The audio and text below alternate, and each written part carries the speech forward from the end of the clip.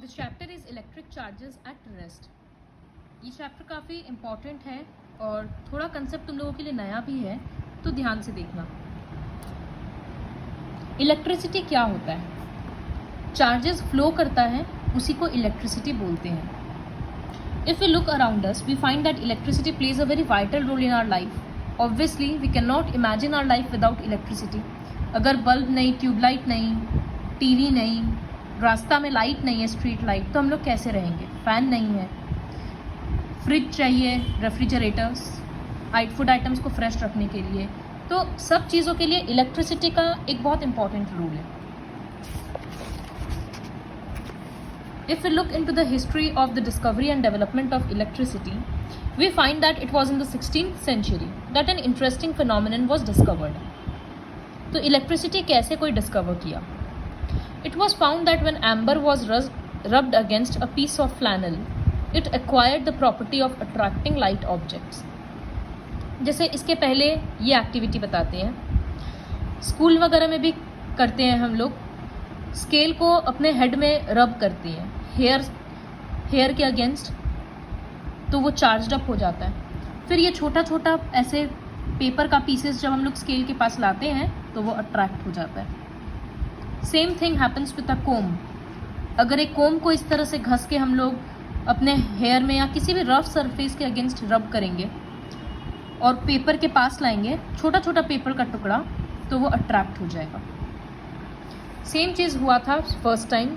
Amber एक stone है, एक जेम होता है, उसको फ्लैनल मतलब अ पीस ऑफ क्लॉथ, एक मटेरियल होता है, उसके अगेंस्ट रब किया गया, तो वो dry grass, tiny pieces of paper, small pith balls, इस तरह का हल्का हल्का चीज़ को अट्रैक्ट कर ले रहा था।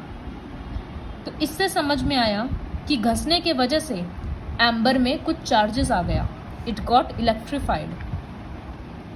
इन चार्जेस को इलेक्ट्रॉन नाम दिया गया था और उसी इलेक्ट्रॉन के फ्लो को इलेक्ट्रिक चार्ज बोलते हैं।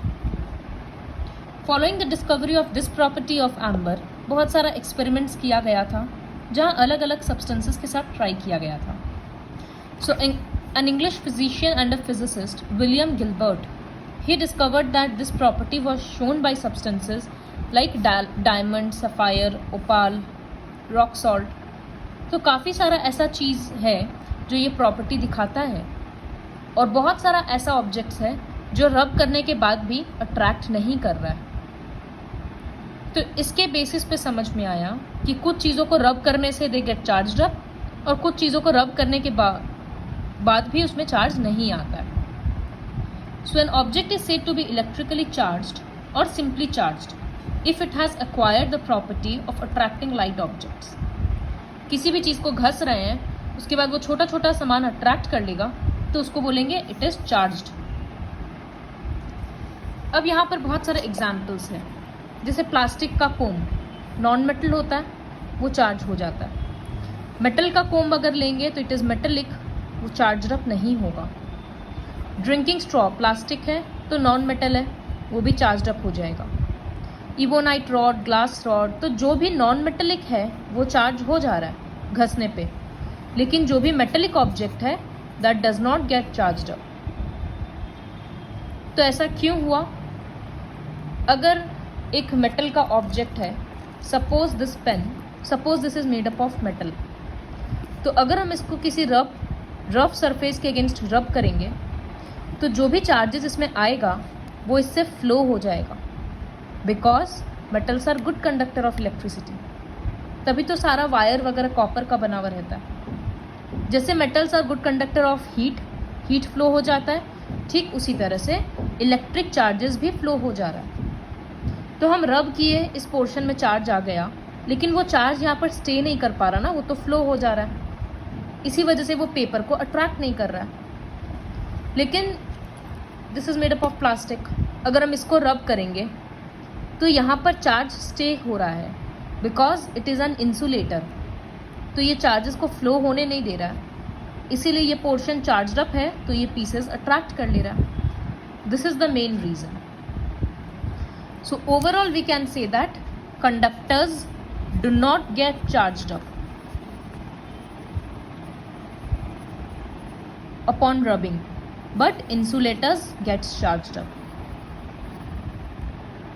वाई का तो रीज़न समझा दिए, बिकॉज चार्जेस फ्लो होने नहीं देता है. देखो यहाँ लिखा हुआ है metallic materials that normally do not get charge upon rubbing because they allow an electric charge to flow through them with ease.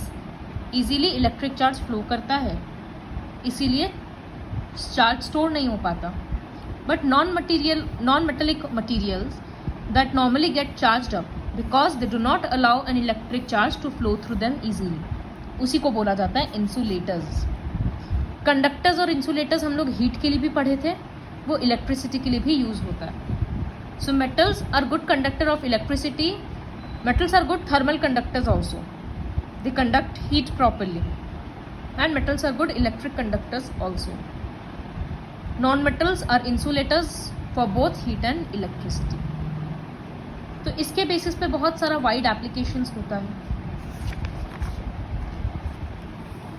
Now kinds of charges in nature. Nature में कितने तरह का चार्ज होता है, तो ये एक एक्टिविटी है, काफ़ी इंपॉर्टेंट है. See take two ebonite rods. Ebonite एक मटेरियल होता है and two glass rods with 2 stands and some. जैसे इस तरह से है, एक रॉड सस्पेंड कर दिया गया है और दूसरा रॉड हाथ में है. अब इबोनाइट रॉड को हम लोग रब किए हैं फ्लैनल के against. See ebonite rod is rubbed with flannel and glass rod को सिल्क के साथ रब किए. तो देखो यहाँ पर लिख के छोड़ दे रहे हैं कि इबोनाइट रॉड को फ्लैनल के साथ रब किए और ग्लास रॉड को सिल्क के साथ. तो जब रॉड को रब किए तो दोनों में चार्जेस आ गया. तो इसमें क्या हुआ, दोनों इबोनाइट रॉड है ना, दोनों का सेम मटेरियल है, तो जब रब करेंगे तो दोनों में सेम टाइप का चार्ज आ गया. इस वजह से जब 2 रॉड को पास ला रहे हैं तो वो जैसे यहाँ पर लाए तो ये अपने आप दूर चला जाएगा. जैसे मैग्नेट होता है ना, नॉर्थ पोल और नॉर्थ पोल रिपेल करता है, ठीक उसी तरह से same charges repel each other. तो इबोनाइट दोनों में सेम मटेरियल था, इस वजह से यहाँ पर रिपल्शन हुआ. लेकिन इबोनाइट रॉड और ग्लास रॉड को हम लोग सिल्क कपड़ा के साथ घसे थे तो इसमें एक अलग चार्ज आया, और इबोनाइट रॉड को हम लोग फ्लैनल के साथ रब किए थे तो इसमें अलग चार्ज आया. तो जब पास मिला रहे तो क्या हो रहा है, डिफरेंट चार्जेस है ना, अट्रैक्ट कर ले रहा है. सो इससे समझ में आया कि opposite charges attract each other. So there are 2 kinds of charges and same charges को बोला जाता है like charges. So like charges repel each other and unlike charges attract each other. The force exerted by a charged object on another charged object. यहाँ पर ये दोनों pen को हम घस दिए, ठीक है, एक कपड़ा से. दोनों प्लास्टिक है ना, तो दोनों में सेम चार्ज आएगा, रिपेल हो जाएगा. तो दोनों चार्ज्ड ऑब्जेक्ट है, या तो रिपेल होगा या अट्रैक्ट होगा. वो डिपेंड करेगा कि लाइक चार्जेस है या अनलाइक चार्जेस है. तो देखो, what is the nature of force exerted by one charged object on another charged object. It may be repulsion और attraction. On which thing does it depends? It depends upon the objects, nature of the objects. So these are the positive and negative charges. यही 2 charge जो opposite nature में है उसको positive and negative का नाम दिया गया है.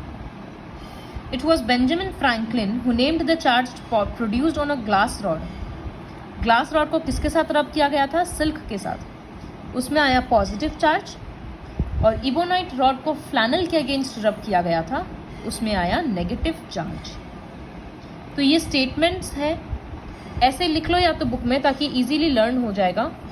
Glass rod rubbed with silk, charge का नेचर है पॉजिटिव. फिर लिख लो ebonite rod rubbed with flannel and charge is negative. इस तरह से लिखने से जल्दी लर्न होगा. एंड ये स्टेटमेंट है जो लर्न करना है. Like charges repel each other, unlike charges attract each other. अगर 2 ग्लास रॉड को रब करेंगे तो दोनों ग्लास रॉड में तो पॉजिटिव चार्ज है, पास लाएंगे तो इसीलिए वो रिपेल हो जाएगा. So I'll teach up to here only in this video.